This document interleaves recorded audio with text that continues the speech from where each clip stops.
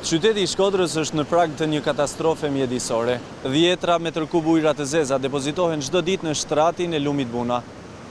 Një situatë e cila nga pas mban një papërgjegjshmëri totale institucionale. Megjithatë akoma nuk ka një plan konkret masash për të evituar këtë dëm ekologjik që po i shkaktohet qytetit. Ujërat e lumit Buna kanë ndotje të konsiderueshme si pasojë e depozitimit të vazhdueshëm të ujërave të zeza në shtratin e tij. Depozitimi vazhdon në mënyrë të pandërprer, ndërsa dëmi është i pallogaritshëm në aspektin ekologjik.